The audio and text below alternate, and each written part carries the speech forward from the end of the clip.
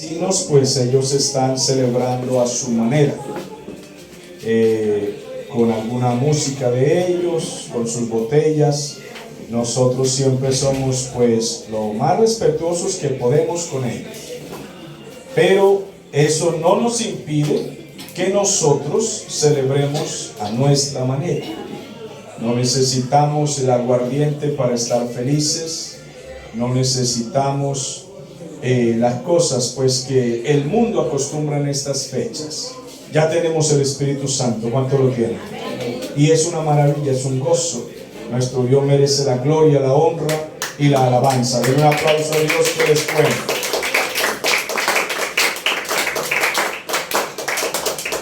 Bueno, estamos en la serie La Fe.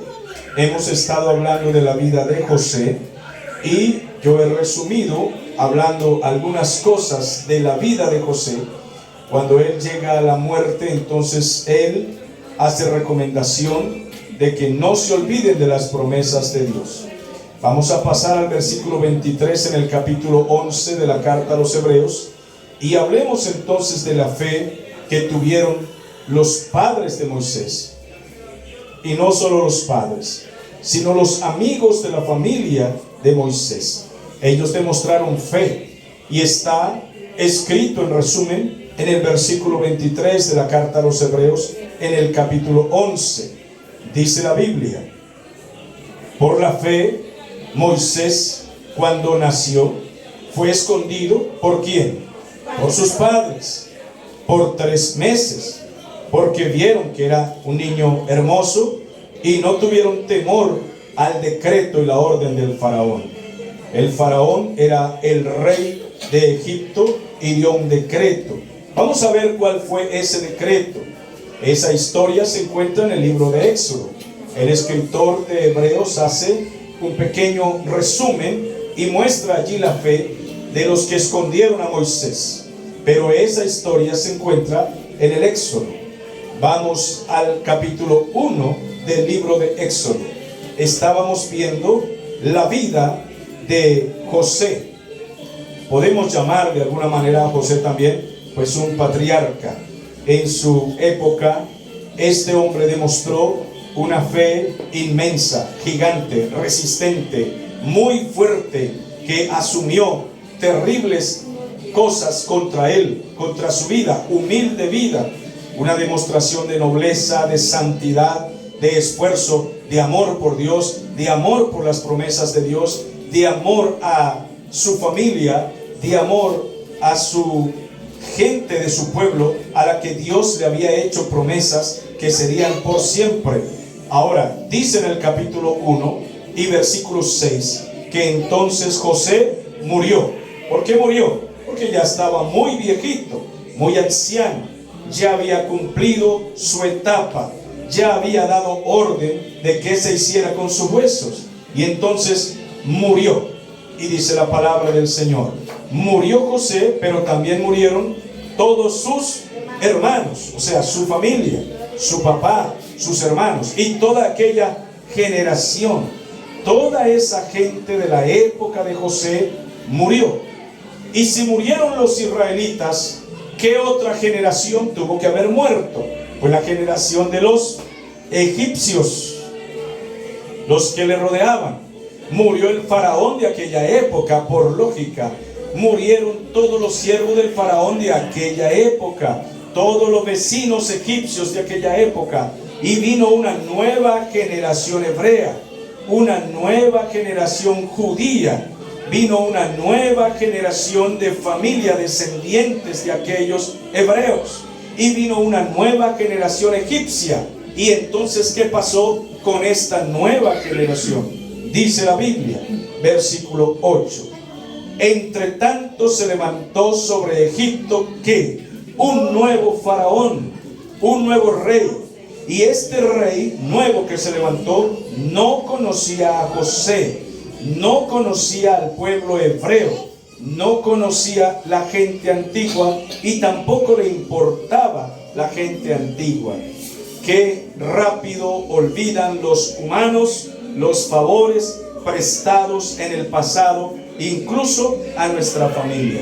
Y no voy a decir ellos ellos los humanos, porque nosotros no somos extraterrestres, nosotros también somos humanos y hemos olvidado a personas que han hecho favores a nuestros familiares, a nuestros padres, a nuestros hermanos, y nos hemos enterado de quienes les han bendecido, y a veces también simplemente los hemos olvidado, porque el ser humano se caracteriza por ser frívolo, por ser malagradecido, ingrato, desagradecido y pagar mal los favores hechos. Olvidamos a quienes nos han bendecido, y esta gente egipcia se olvidó de los favores hechos a sus padres, de los favores hechos a sus abuelos, a sus tíos. Esta gente por completo se olvidó de la leyenda de un tal José, que había sido el segundo rey, era el virrey, era el príncipe de Egipto, que estando en crisis la nación, en peligro de hambruna y de muerte, él con su sabiduría, usado por Dios, había sostenido la nación y había ayudado al sostenimiento de los extranjeros. Y Dios lo usó para esto. Pero esta nueva generación se olvidó por completo de José. Entre tanto, se levantó en Egipto un nuevo faraón que no conocía a José, y le dijo a su pueblo egipcio: he aquí que esos hijos de Israel, ese pueblo de Israel es mayor, crece mucho, se multiplica y se hacen más fuertes que nosotros. Eso se llama miedo y envidia. Miedo y envidia. Se hacen más fuertes que nosotros y se multiplican más que nosotros. Qué extrañas esas hebreas, son paridoras. Qué mujeres, paren y paren y paren y se multiplican. Y en ese tiempo una mujer paridora no es como hoy, que son despreciadas las paridoras. Hoy los hombres prefieren a las mujeres que no paren nada. En ese tiempo una mujer paridora era deseada por el marido. Hoy no, la mujer que pare es echada, deje de parir. En ese tiempo era muy querida, total que era envidiada la hebrea, porque eran muy paridoras. Y dijo el rey: esta gente se está multiplicando, se hacen mayores y más fuertes que nosotros. Ahora pues, seamos astutos para con Israel. Esta palabra sabios no está hablando de sabiduría divina, sino de sabiduría terrenal y diabólica. Seamos astutos contra ellos, para que no se multipliquen más, para que no acontezca lo siguiente, que cuando venga la guerra, entonces Israel se una con nuestros se una a nuestros enemigos y venga a pelear contra Egipto y se vaya de esta tierra. ¿Qué tenemos que hacer?, dijo el faraón. Bueno, quiero que entonces les pongan cargas sobre ellos, comisarios de tributos que los molesten con sus cargas diarias. Y edificaron para el faraón las ciudades de almacenaje. ¿Cómo se llamaban las ciudades? Pitón y Ramesés. Pero cuanto más oprimían a los hebreos, tanto más se multiplicaban y crecían, porque Dios estaba con ellos. Dice amén. Cuanto más persiguen al pueblo de Dios, más fuerte se hace el pueblo de Dios. ¿Están aprendiendo algo ahí, hermanos? Entre más se oprima al pueblo de Dios, más resistente se hace el pueblo de Dios. Por eso el diablo usa estrategias mejores que oprimir y perseguir, porque cuando nos oprimen, nos persiguen y nos quieren hacer daño, nosotros nos hacemos resistentes. El diablo se inventa otras maneras de destruir al pueblo, más técnicas, más inteligentes, más astutas. El diablo ha puesto una cajita de fósforos que alumbra con diversos colores en las manos del pueblo. Es más fácil destruirlo con esa cajita de fósforos. ¿Cómo se llama? Después se lo digo. Pero cuanto más los oprimían, tanto más se multiplicaban y crecían. De manera que los egipcios tenían temor. ¿De quién tenían temor? De los hijos de Israel. Y los egipcios hicieron servir a los hijos de Israel con dureza y amargaron su vida con dura servidumbre y los pusieron a hacer barro y ladrillo, y les pusieron toda labor pesada del campo y en todo el servicio al cual los obligaban con rigor. Y habló el rey de Egipto a las parteras de las hebreas, y les dijo el rey de Egipto: una se llamaba Cifra y la otra se llamaba Fua. Y le dijo el faraón: cuando ustedes asistan a las hebreas en sus partos, revisen el sexo. Si es un hijo varón, mátenlo, y si es una niña, entonces déjenla viva. Maten a los varones, porque los varones son símbolo de fuerza, guerra, valentía, y van a pelear contra nosotros, porque los hebreos son fuertes, son diestros para la guerra. Hasta el día de hoy los judíos son muy fuertes para la guerra, son expertos en pelea. Entonces, destrúyanlo, mátenlo. Pero si es una niña, la niña es símbolo de ¿qué? La hembra, ¿de qué? Pero para ellos, ¿para qué les sirve la fragilidad? No. Sirven para parir, sirven para tener hijos, sirven para ser sirvientas, sirven para cuidar la casa, limpiar, hacer aseo y tener niños. ¿Ah? Pero en ese aspecto no, ellas no van a la guerra, no son guerreras, no van a resistir a los hombres, mucho menos a los egipcios, que eran unos gladiadores. Entonces, si son niñas, que vivan. Y la dejaron vivir a las niñas, o era la intención pues del faraón. Pero las parteras tuvieron temor ¿de quién? De Dios. Vivan aquellos que tienen temor de Dios más que a los hombres. Tuvieron temor de Dios y no hicieron lo que mandó el faraón de Egipto, sino que le guardaron la vida a los niños, es decir, a los varones también. No vamos a matarlos. Bien. Las parteras respondieron, el versículo 18. Y el rey de Egipto llamó a las parteras y les preguntó: ¿por qué habéis hecho esto? Que habéis preservado la vida de los niños. Yo los mandé a asesinar. ¿Se dan cuenta ustedes que asesinar a los niños no es un asunto solamente de este tiempo? El aborto no es algo moderno. El asesinar a los pequeños, violarlos, vender sus órganos, no es un asunto moderno. Matar a los niños es un asunto muy antiguo. Un niño es indefenso. Un niño no tiene cómo defenderse de un adulto. Además, el niño es ingenuo. Cuando lo van a matar, él ni siquiera sabe que lo van a matar. Él no logra entender eso. Hablo especialmente de esos niños de 2 años, de esos niños de 3 años, de esos bebés de 6 meses. Ellos no saben que los van a asesinar. Si alguien los alza, el niño confía en el adulto. Es más, hay niños de la edad de estos niños que todavía son engañables. A ellos las mamás tienen que todo el tiempo estar firmes con ellos, porque ellos son engañables. Los niños se creen muy astutos, pero no lo son. Ellos pueden ser engañados con un regalo atractivo.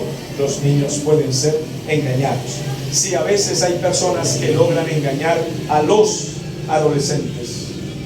A veces hay personas que logran engañar a las adolescentes. Y ella dice: yo no soy tan tonta. Eso crees tú.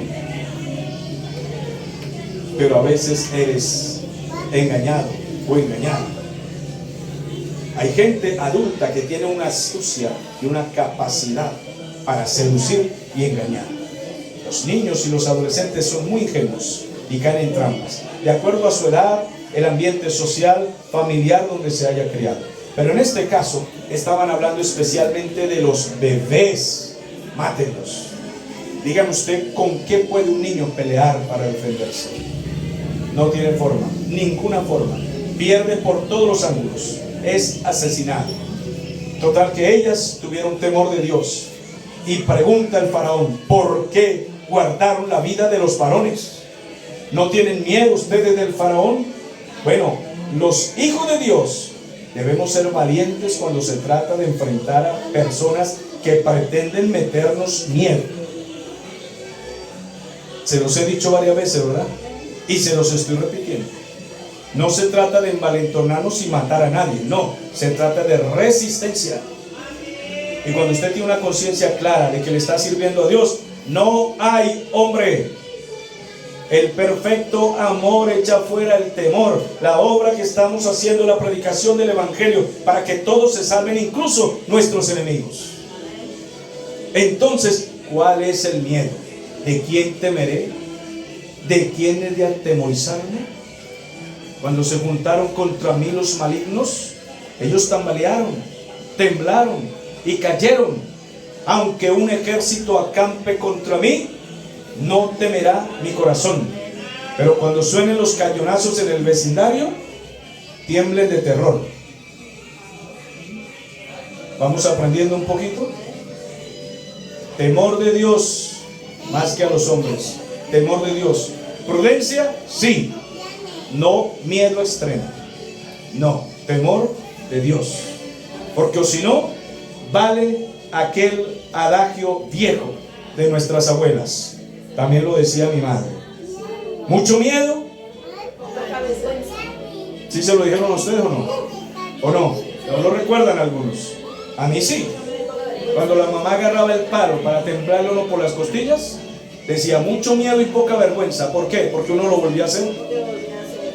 ¿No ve la muchachita que la mamá le da con ese rejo por las costillas, pero al rato está en la calle otra vez escapada? Mucho miedo al correazo, pero poca dignidad. Entonces, ¿qué temor de los hombres? ¿Qué temor de quién? ¿Miedo de quién? ¿Dónde están los guapos que nos van a hacer temblar al punto de lloriquear y arrastrarnos como gusanos? No existen. No existen. Los cristianos, incluso cuando mueren por la causa de Cristo, mueren con dignidad, como Pablo, como Juan el Bautista. ¿O es que no son ejemplos ellos para nosotros? ¿Qué dicen ustedes? ¿Quién dijo que un cristiano lleno de terror porque un hombre dice, los voy a arrastrar como gusanos, los voy a matar, los voy a decapitar? Comiencen ya pues. Comiencen hoy mismo. El cristiano debe aprender eso. Valentía, coraje. Morimos con dignidad.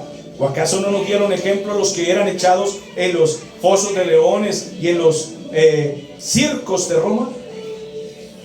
Ellos allí cantaban himnos al Señor. Morían cantando, morían orando, no morían gritando, mamá, sálveme, sálveme, mamá. No, Señor, morían cantando y orando, ejemplo para nosotros. Así de que, ¿quién es el faraón? ¿Quién es? No es más que un hombre, con los intestinos iguales que todos los hombres, un hombre que apesta igual que todos los hombres, es lo mismo que cualquier ser humano. Él no es un extraterrestre, es un ser humano. Y ejemplo nos dieron las parteras. No tuvieron temor de Faraón.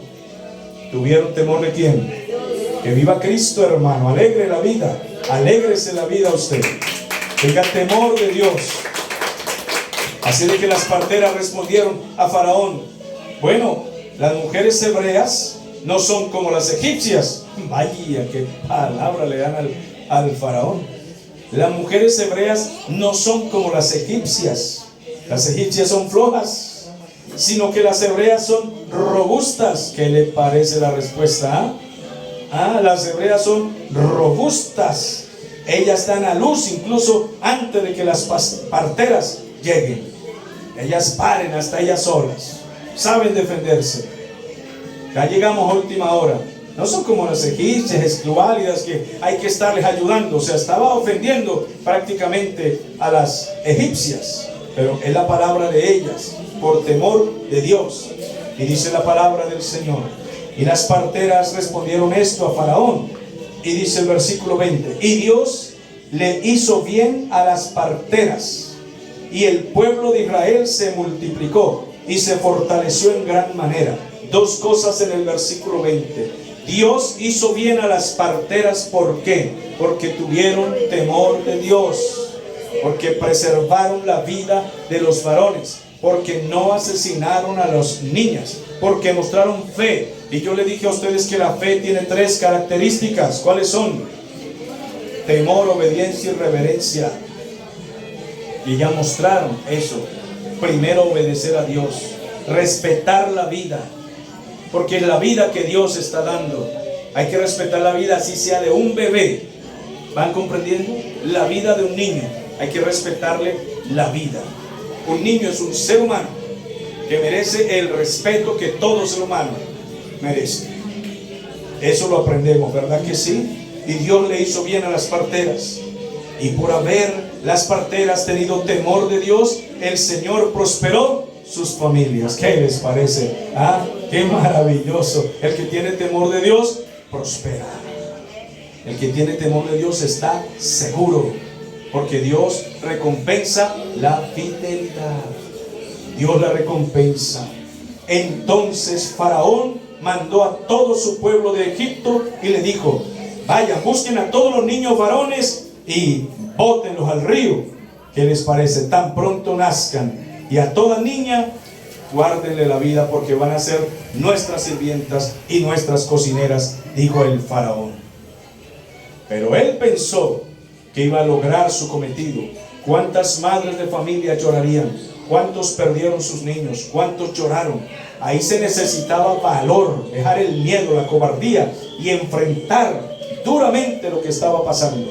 Y hubo una pareja, un hombre y una mujer, que decidieron entonces obedecer a Dios y guardarse para el Señor. Vamos a orar por el mensaje de hoy. Señor, te damos gracias por la palabra que vamos a aprender en esta noche, porque tú eres bueno, eres poderoso y nos enseñas tu palabra. Vamos a predicar lo que tú quieres darnos hoy acerca de la vida de Moisés, especialmente en este punto cuando él nació. ¿Cuál fue la fe que tuvieron sus padres? Damos a ti toda la gloria y toda la honra. Señor, guíanos en este mensaje. Amén. Dicen amén. Dice la Biblia que un varón de la familia de Leví, o sea, de la tribu de Leví, fue y tomó a una mujer que también era de la familia, una hija de Leví. Ella concibió y dio a luz un hijo. Y viéndole que era hermoso y sabiendo que lo iban a asesinar, entonces ella lo escondió. ¿Cuánto tiempo? Que viva Dios por esto. Que viva Cristo por esto. Ella no tenía idea que había parido a un profeta grande. Cuando una mujer pare un hijo, una hija, debe orar por él. Así de que anímense, hermanas, a parirse de hijo y a orar por esos niños, a orar por ellos y a creer que Dios puede hacer cosas grandes. Dios puede hacer cosas grandes, pero no pudiendo ocultarle por mucho tiempo o más tiempo, entonces la madre tomó una arquilla de juncos y la calafeteó con asfalto y brea y colocó en ella al niño y lo puso en un carrizal a la orilla del río. Ella toma al niño, le oculta. Ella tiene más temor de Dios que temor de los hombres, que temor de Faraón. Guarda al niño, lo mete en una barquilla y ella está sabiendo que Dios va a hacer algo. Cuando usted tenga que luchar contra cosas muy difíciles y tenga que tomar decisiones en ese momento de dificultad, piense usted que Dios va a operar, pero haga las cosas como lo hizo la madre. ¿Qué tema estamos viendo? Lo hizo con fe. Ella escondió a su niño con fe. Faraón está matando a todos los niños, pero si Dios no ha permitido que mi niño lo maten y ya tiene 3 meses escondido, significa que Dios tiene un plan. No ha permitido que lo asesinen y ya van 3 meses. Dios tiene un plan. Están matando a todos los niños que encuentran, pero no han encontrado a este niño, que por cierto todavía no aparece en la Biblia que le hubiesen puesto todavía un nombre. No tenía todavía un nombre, porque están en pleno apogeo, están siendo perseguidos. Pero si Dios permitió, dijo la madre, que yo quede embarazada en medio de esta guerra y persecución, ¿qué significa? Si Dios permitió que esta hija de Leví hubiera quedado embarazada, es porque algo Dios iba a hacer. Ella tuvo fe y preservó a su niño. Lo esconde y lo envía por el río. Entonces dice la palabra del Señor: colocó ella al niño y lo puso en un carrizal a la orilla del río. Pregunto, ¿será que esta mujer oraría por el niño que iba a ser lanzado por el río? Por supuesto, ella oró, Señor, voy a poner este niño en este canasto, es mi hijo, y lo voy a enviar río abajo, y que sea, Señor, lo que usted quiera. Lo he guardado 3 meses, ya no lo puedo guardar más. Algo tú tienes aquí, pero yo lo envío en tus manos, lo encomiendo. ¿Tendría Dios un plan? Y una hermana suya se puso a lo lejos para ver lo que le acontecería. Y la hija de Faraón descendió a lavarse al río, y paseándose sus doncellas por la ribera del río, vio ella la arquilla en el carrizal, y envió una criada suya a que la tomase. Y cuando ella abrió aquella arquilla, vio que había un niño, y he aquí que el niño estaba llorando. Y ella tuvo compasión del niño y dijo: este niño es de los hebreos por el tipo de ropa de la barquilla que viene. Lógicamente que ella sabe que no es un egipcio. Lógicamente, si hubiera sido un niño egipcio, vendría vestido con telas diferentes, y además no hubiera sido lanzado por ese río. Este niño tiene que ser hebreo. Pero escuchen, hermanos, a José lo habían vendido. Volvamos a las historias atrás. Lo vendieron como se vende un perro. ¿Y dónde llegó José a ser primero sirviente? En la casa del general de la guardia de Egipto, porque Dios tenía un plan con José. La madre de este niño lo envía río abajo, pero Dios va y lo envía a las manos, casi nada, a las manos de la hija del rey del imperio, porque no era solo una nación. Egipto era el imperio de la tierra en ese tiempo. No era solamente un rey, no era un presidente, era un faraón, un emperador, un hombre tenido como si fuese un dios. Y llegó justo a la casa del faraón, porque Dios iba a formar a Moisés para una gigantesca misión. Casi nada, solamente la pequeña tarea de sacar 2 millones de personas de Egipto, libertarlos. La gente se admira porque el gran libertador Simón Bolívar hizo una hazaña tan grande. Sí, es admirable. Sí, usted ve la historia de Simón Bolívar, es admirable, pero solo compárela con la historia de Moisés, y entonces de la calificación. Eso es todo. Mis amados hermanos, las cosas que vienen de parte de Dios en cuanto al evangelio son del cielo a la tierra y del cielo al infierno, totalmente diferentes, y a esa distancia, a ese kilometraje, porque como son más altos los cielos que la tierra, dice el Señor, así mis pensamientos son más altos que vuestros pensamientos, y mis caminos son más altos que vuestros caminos, ha dicho Jehová. ¿No les parece maravilloso? Así que mi Señor tenía un plan, y esta mujer, hija del faraón, toma la canastilla, abre y siente compasión. ¿Quién puso esa compasión en el corazón de la hija de Faraón? Nuestro buen y maravilloso Dios.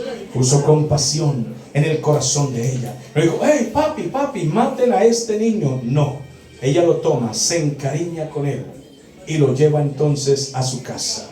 Pero como Dios tiene todo cuadrado, dice la Biblia, entonces su hermana dijo a la hija del faraón: si quieres te llamo una nodriza de las hebreas para que venga a criar este niño. Tú me dices.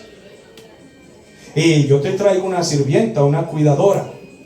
Y la hija de Faraón dijo, claro, claro que sí, ve y busca por allá quién me cuida este niño. Y ella dijo, tengo un plan. ¿Y a quién llamó? Nada más ni nada menos que a la madre del niño. Mira, ¿te gustaría cuidar a este niño que fue rescatado en un río? ¿Qué diría la madre? Venga rapidito, yo lo crío, yo lo cuido, porque le voy a enseñar todos los principios hebreos, todas las promesas que hay para Israel. Voy a hacer que el corazón de él se apegue a Israel, aunque los egipcios digan que él es de los egipcios, pero voy a hacer que él ame a Israel. Y le voy a enseñar que hay un Dios más grande que el faraón.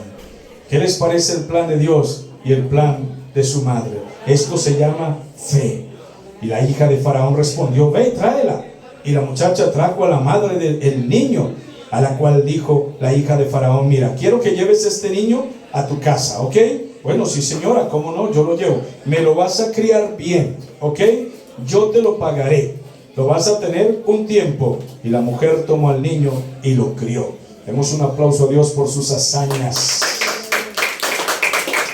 Esas son sus hazañas maravillosas. El niño creció y entonces ella lo trajo ya crecido a la hija de Faraón, la cual lo prohijó y, o sea, ya lo tomó como si fuera su hijo. Y entonces le puso un nombre. ¿Qué nombre le puso? Moisés. ¿Y cómo lo conocemos hasta el día de hoy? Como Moisés, que significa este niño fue salvado de las aguas, porque de las aguas lo saqué. Tres cosas importantísimas en este pasaje que necesito que aprendamos.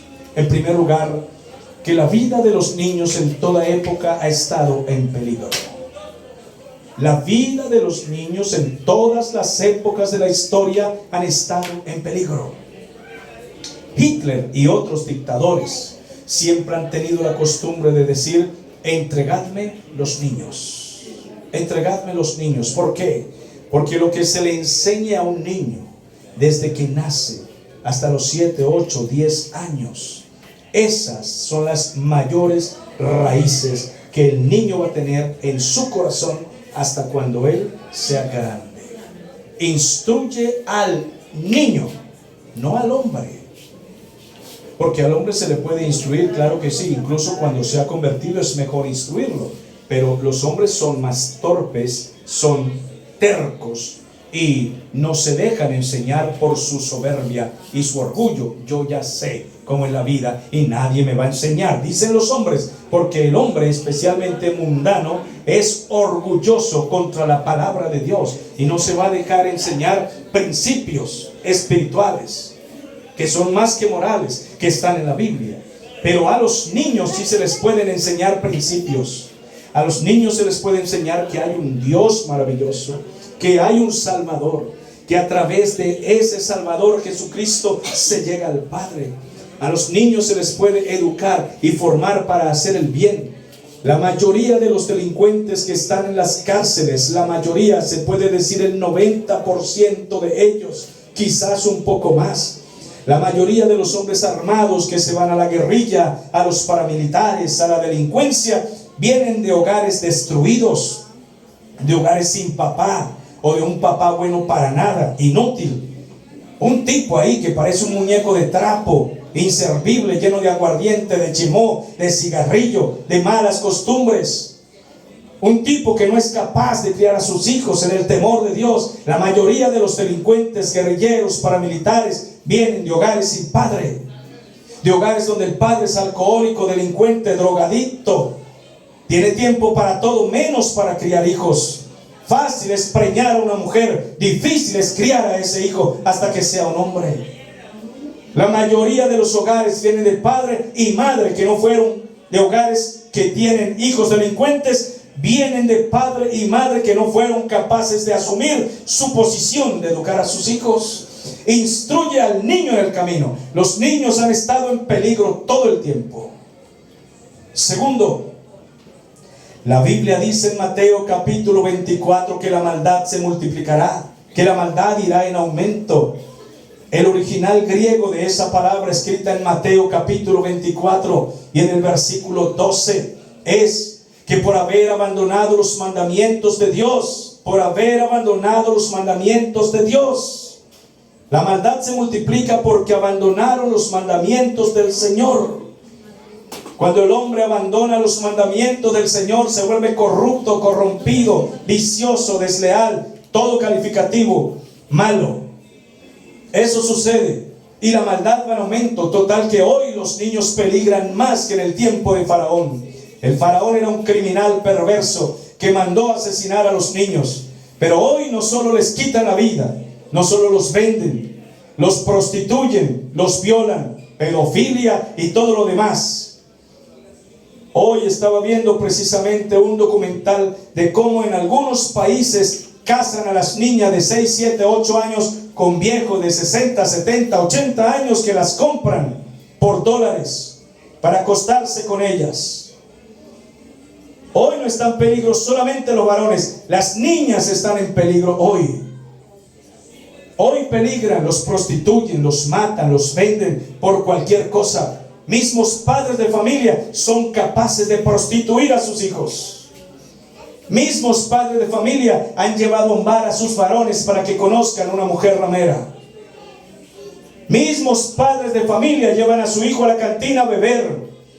Hacen fiestas en su casa, se embriagan, fuman delante de sus hijos y crían hijos borrachos, drogadictos, fumadores. Los mismos padres de familia enseñan la basura del reggaetón a sus hijos y luego preguntan: ¿por qué mi hijo consume? ¿Por qué mi hija es prostituta? ¿Por qué me salió malo? Padre de familia es culpable, es responsable de lo que ha hecho. Cuando nos equivocamos con nuestros hijos, ellos se prostituyen.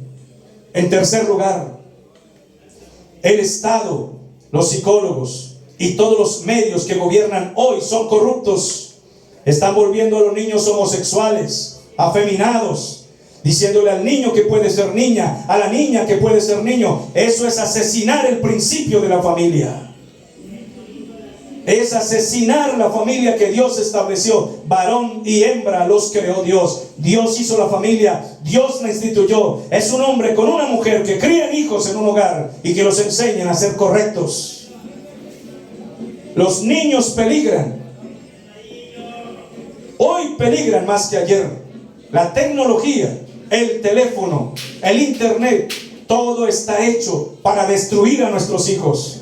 Hoy no necesitamos al inmundo Faraón para asesinar niños. Hoy cualquier gobierno de estos puede destruir a nuestros hijos. Los psicólogos de hoy destruyen a nuestros hijos. Los profesores de hoy en las escuelas, buenos para nada, inútiles, muñecos de trapo que no sirven para nada, están destruyendo a nuestros hijos. Los padres de familia de hoy son unos títeres pintados en la pared, buenos para nada, inútiles es lo que son. Como una niña hoy de 17, 18, 19 va a parir un niño y cómo lo va a criar. Esa mujercita inútil que no sale del Facebook y del TikTok va a criar un hijo con principios inútiles, lo que no saben hacer un chocolate y quieren tener marido y hasta mozo. Necesitamos defender a nuestros hijos hoy, a nuestros niños hoy. Ir hasta la escuela, hablar con los padres de familia, con el psicólogo, con el presidente si tuviéramos que hablar, con el que sea. Los quieren volver homosexuales, con ese plan LGTB bueno para nada, una pudrición que está dañando a nuestros hijos. La Biblia dice que la tierra será como Sodoma y Gomorra, llena de prostitución y homosexualidad por todo lado, y así se está volviendo la tierra. Un pueblo como este, Villa del Rosario, que antes era un pueblo campesino, ahora está peor que Nueva York. Esto es una inmundicia por cualquier calle donde uno anda. Es una discoteca de homosexuales y prostitutas y borrachos y drogadictos y ladrones. No nos hace falta ir a Nueva York para ver el pecado. Está en esta ciudad también. Faraón intentó destruir los niños en su época. Hoy se destruyen nuestros propios hogares. Hoy se destruyen los niños en nuestro barrio. Hoy se destruyen los niños en nuestra sociedad, en nuestro país, en nuestro pueblo. Necesitamos defender a los niños, y para eso que viva la palabra de Dios, que se predique la palabra de Dios, que se hable de Jesucristo en el hogar, que se tenga una Biblia, que se críen los hijos. Lo necesitamos urgentemente. Estas parteras y la mamá de Moisés tuvieron temor de Dios y guardaron la vida de ese niño. Hoy necesitamos que todos los hombres y mujeres de hoy sean defensores de los niños, como la madre de Moisés y como las parteras de las hebreas. Que Dios nos ayude a preservar la vida de nuestros niños, de nuestros hijos, de nuestros nietos, de los pequeños, de los que están en nuestro barrio. Ojalá podamos hacer siempre algo por algún niño que conozcamos y salvarlo de la pudrición de este mundo actual, de toda la hechicería que está cayendo sobre ellos. Que Dios nos ayude a tener el valor, el coraje. Nuestras armas es nuestra voz. Nuestras armas es conocer la palabra del Señor. Nuestras armas es predicar.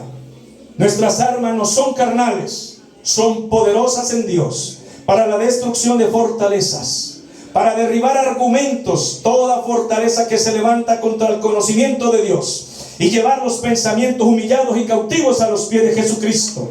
Jesucristo es la única esperanza que le queda a esta humanidad. El que rechaza a Jesucristo rechazó la vida. El que rechaza a Jesucristo rechazó la vida eterna, rechazó la sabiduría, rechazó la verdad. La Biblia es más que filosofía. La Biblia es la palabra de Dios. Que viva la palabra de Dios y que Dios los bendiga a todos ustedes, hermanos, que han venido, y a los que ven por los canales estos mensajes. Dios los bendiga a todos los que están conectados en esta hora, y hasta la próxima ocasión. Señor, te damos gracias por tu palabra. Tu palabra que es poderosa. Tu palabra que nos guarda.